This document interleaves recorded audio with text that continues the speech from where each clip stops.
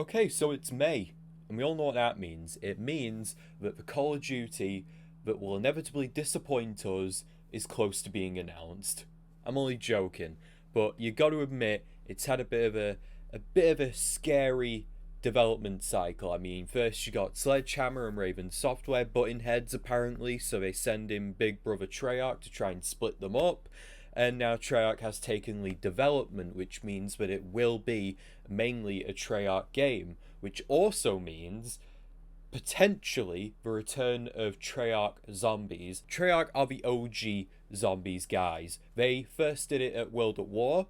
They continue to do it through the Black Ops series, and it's fucking fantastic. Except Black Ops 4, which kinda sucked, but that's not the point. So, what is the point of this video? What I want to do is I did a top 10 video about maybe a year and a half ago about my top 10 zombies maps. It was heavily scripted. I probably still have the Word document saved to my Google Docs or something like that, and I'll probably pull that up later on if I can find it. But it was all heavily scripted, very thought over. It wasn't opinion. A lot of it was mainly just agreeing with what other people enjoyed as well. So what I'm going to do is I'm going to rewatch this video now, and I'm going to decide whether my opinions were based or just bullshit. Okay, so yeah, this was uploaded 1 year ago on October 7th, 2018. Oh boy. Right, so let's take a look at this.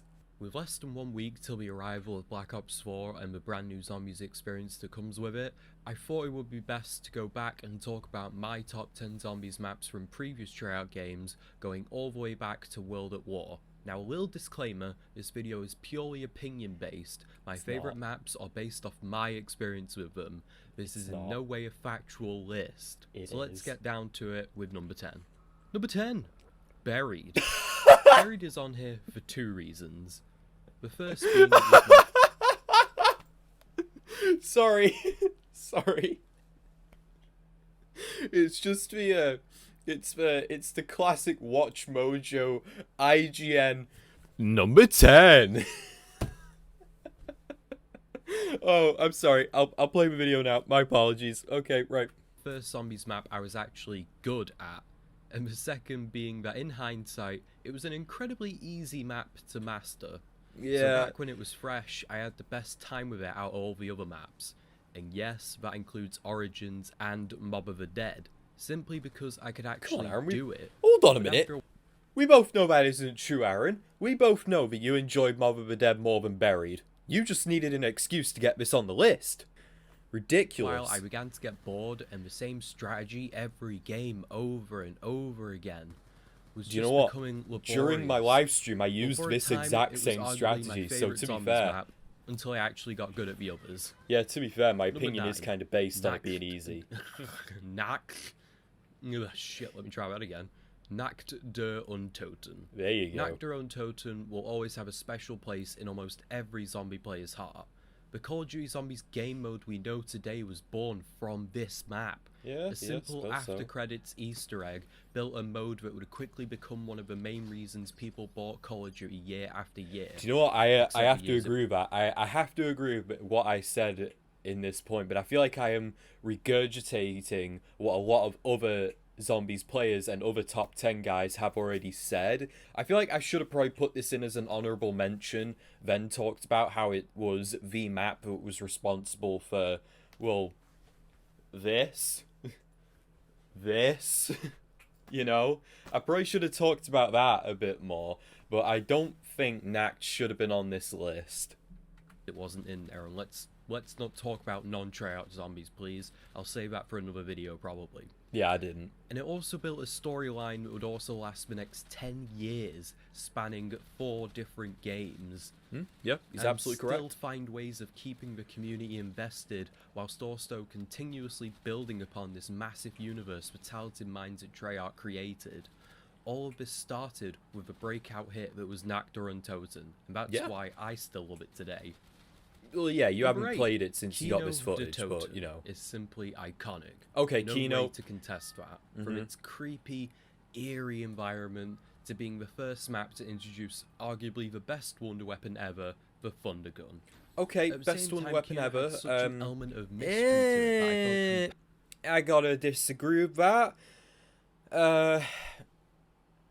Thunder Gun, I'd say maybe second best wonder weapon. To be honest, I still think in terms of longevity, I still think the original Wonder Waffle still takes the cake on that. But I mean, close first, I'd say. Yeah, okay, I'm nitpicking a bit here. Okay, let's just keep going. Why did the teleporter take you to these locations that varied from a normal girl's room to a nightmarish version of it? What was this place? It was the first time that I felt like killing zombies took a back seat to the more compelling visual storytelling that Kino de Toten gave off. Okay, Number yeah. 7. Moon. Moon Oh, was the no, last no, DLC no, of no, no, Black Ops no, 1. no, no, Aaron, And when Aaron, compared to its Aaron, final DLC what have you done? counterpart, No, come on, Aaron. No.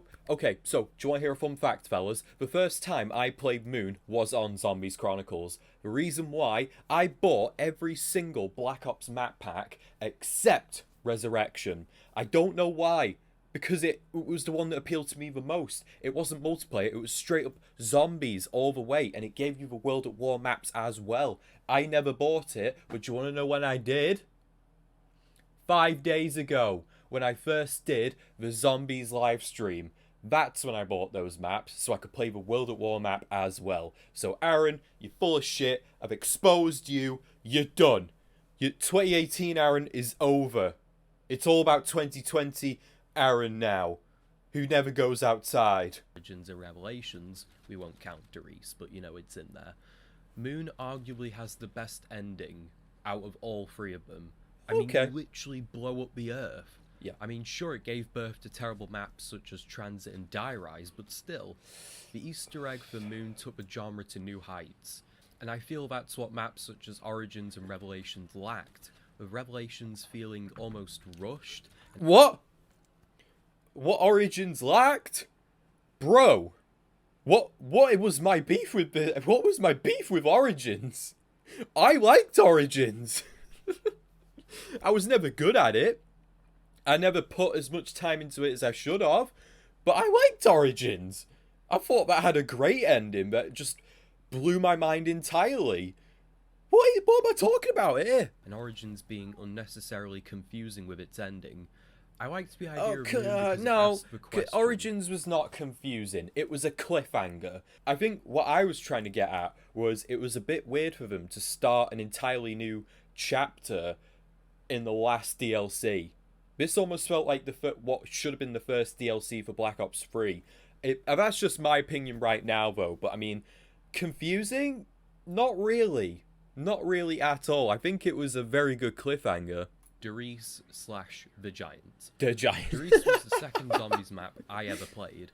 After I made the odd choice to buy the last DLC in World at War without getting any of the others. That's true. That's true. When I first got World at War and I played Naktor and Toten, I saw all these other maps and I was like, oh, well, I have Microsoft points, so I'll just buy one. And for some reason, I bought the last map pack, and it's probably a good thing as well, because Deris is arguably the best out of all 4 of them. Stuff like turn on teleporters, get the power on, and this addition of other tasks meant that surviving entire rounds became much more difficult than the hide in the corner and aim for the head style of... Is that true, though? Is that true, though, Aaron?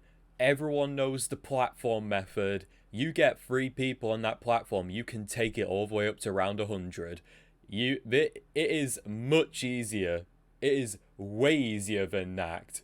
Trust me. And thanks to Treyarch remastering Deris into a Giant, it kind of proves that this map still holds up to the maps we get today. Yeah, that's kind of true. That's kind of true. We're completely surrounded. We're completely fucked. Why have I done this? Honestly, I absolutely hated this map when it first came out. Yeah, I hated did. George. I didn't like the water effect on the player where you kind of froze and the screen went all icy. Yeah, it's called getting Frostbite, but there you go. I simply didn't enjoy the aesthetic of the map at all. However, after a while, I returned to Call of the Dead, and thanks to having a bit more experience under my belt, I welcomed its challenge. And in the end, it actually became the first map I had ever completed a solo Easter egg on. This is true. And for that This is accomplishment true. alone- Yeah, I went through a phase where I really wanted to do an Easter egg, but the problem I always had with Call of Duty Zombies Easter eggs is that most of them needed to be done with other people.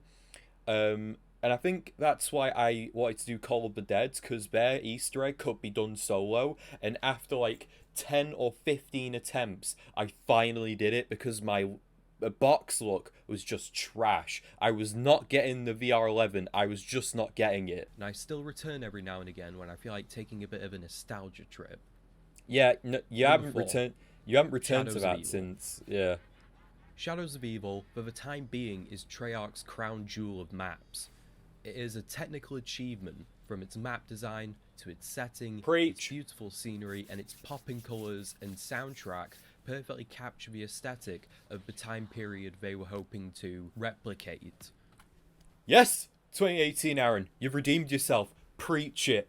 I still love Shadows of Evil, and when it comes to my live streams I'm doing now, I'm hoping that I get Shadows of Evil, because Shadows of Evil and Derising Drag are the two maps I love the most, and I feel like Shadows of Evil should be a bit higher on this list. Definitely. Again, I agree with everything I said here. The aesthetics, the map size, the enemies, the Margwa, they were all so new and exciting. And then that ending with Richtofen, or last gen Richtofen, blew my mind.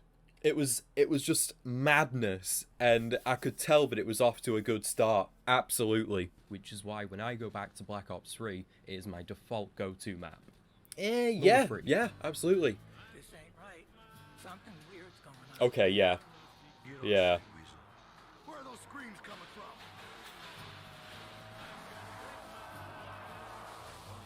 Oh shit. I Black Ops 2 remember. has one of the strangest seasons of zombies to date. The game gave us the widely acknowledged worst zombies map of all time, Transit, whilst also giving us ones that are considered to this day the greatest of all time, that being Mob of the Dead and Origins. Yeah, yeah. But for this we'll focus on Mob of the Dead, because that is my favourite out of the two. At the time, it was such a strange shift from a previously established narrative of Transit and Die Rise. Instead of focusing on the Victor's crew, we meet an entirely new group, consisting of Alcatraz convicts Finn O'Leary, Albert Louise Lawington, Sal DeLuca, and Billy Handsome. I who definitely might have to add is Wikipedia voiced their names. beautifully by Ray Liotta. And with these new Yeah, characters, Ray Liotta was in Treyarch this. I had no somehow idea. made me care about them and their plight more than the already established Victor's crew, which kind of says a lot about the state of the other two maps. Yeah. I loved everything about this map. I liked the difficulty, the setting, new weapons like the Hell's Retriever, the Blundergat, the upgraded version, the Acid Gat, and I liked that it was the first Zombies map to have a game-ending Easter egg, with the game finishing after the cycle is broken. Number 2. Yeah, that's true. Ascension. Ascension is Okay, my yeah, before we second- get into that, which I will explain, yeah, I fully agree with my opinion on Mob of the Dead. When it came out, me and my friends would play it all the time, and we absolutely loved it. It was just such an amazing departure from the already two maps we've already got. 'Cause, I mean, first impressions are everything. And when we got Die Rise as a DLC 1, everyone was kind of like, ugh, not as good as Black Ops 1, you know? And with Black Ops 2, it's like they gave us these really poor maps, because personally, not a fan of Transit or Die Rise at all. But Mob of the Dead is my jam. I loved Mob of the Dead, absolutely. Was never good at it, but I didn't have to be, because I loved the characters. It was such depth for characters that pretty much wouldn't be seen again after this map, unless you count the Weasel's cameo in Black Ops 4 Zombies. It's up to you.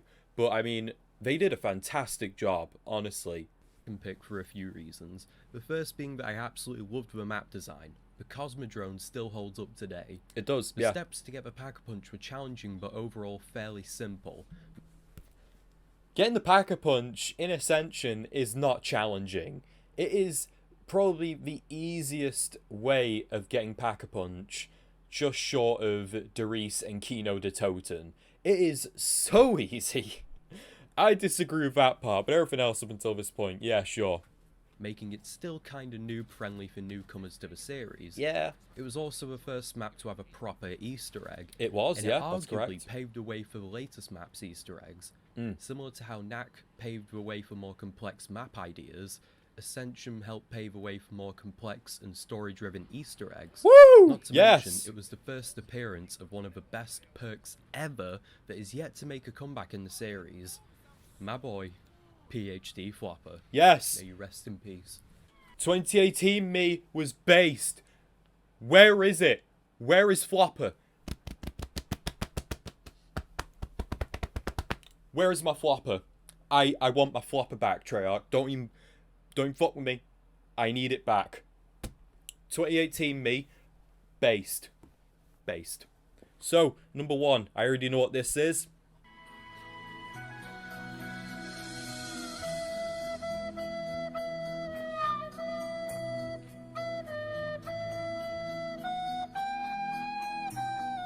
Number 1 is Derising Drag. Yes. Derising Drag was a complete surprise to me. After my immense enjoyment of Shadows of Evil, I didn't think that any zombies maps afterwards could top it. I was wrong. Derising Drag does just that. It beautifully combines several elements from previous maps, such as the Mob of the Dead style steps to get the Hell's Retriever, are instead translated to the Wrath of the Ancients. If it ain't a broke, bow, don't fix which it. is the map's new wonder weapon. And also variations of the staffs from Origins, which in this map come in the form of elemental upgrades for the Wrath of Ancients, which become an essential part of the Easter egg and your overall survival on the map. We also see the return of the Panzer, which isn't as big of a challenge as it used to be. I say that. I say the that the Panzer isn't a challenge after almost completely biting the dust to him a few seconds ago. ending cutscene that came with it. And that speaks for Black Ops 3 as a whole. They left the ambiguous storytelling behind in favour of a more cinematic story-driven experience. That's true, yeah. I also liked that with Derising Drag there is so much to do.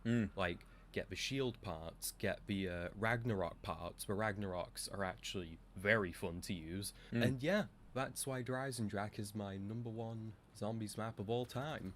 Yeah, And I want to I add a hope few that when things Black to Ops- that, actually. So, Derising Drag had one of the most emotional cutscenes I've ever watched. I'm not kidding, it would have been my number 1 emotional cutscene had Blood of the Dead not topped that very recently.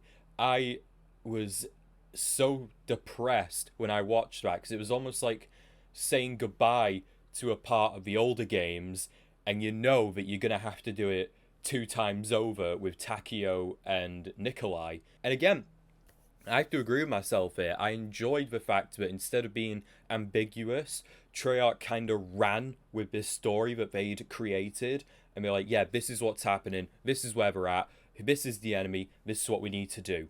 That's what I liked. And instead of it being like just say these weird ambiguous messages via tapes like it was in Derising or something like that, it's just there, out in the open, what's going on. And I like how it kind of took on a proper, real story at this point. Don't get me wrong, Black Ops 2 already did that, but Black Ops 3 took it to a whole nother level. So I wholly agree with myself there.